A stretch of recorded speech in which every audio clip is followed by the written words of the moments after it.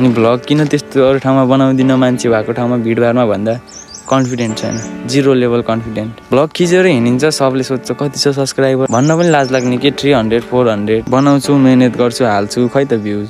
अस्ति video part 1 भनेर हाल्दै थिएँ, खै त्यसमा 50+ भ्युज छ। अनि के गर्ने है, 50+ भ्युजले त हामीले त्यत्रो मेहनत गरेको सबै आफ्नो मनै मर्दिन्छ क्या।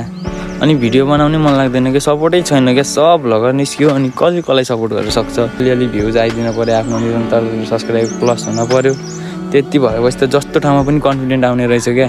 सब्सक्राइबर नभएपछि त भ्लग बनाउनु पनि कन्फिडेन्ट नआउने के, लाज लाग्ने छ त्यसले के भन्ने होला, यस्तो सब्सक्राइबर छैन, यस्तो दुःख गरी हिँडेर भन्ने हो कि यताउति भन्ने हो कि भन्ने एकदम लाज लाग्ने क्या। म चाहिँ त्यो पोइन्टले अगाडि बढ्न नसक्या हो क्या।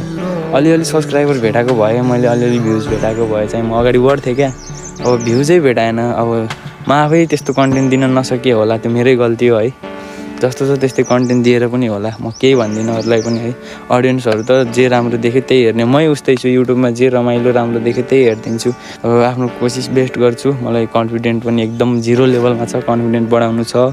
म एकदम कन्फिडेन्ट बढाएर अगाडि बढ्छु भन्ने सोच राखेर अहिले चाहिँ फेरि भ्लग पुनः स्टार्ट गरेछु मैले। त्यही नै हो, म चाहिँ बस मेहनत गर्छु, मेहनत गर्न छोड्दिनँ। भर्खर स्टार्टिङ हो, अझै कति दुःख भोग्नै छ बाटोमा होइन।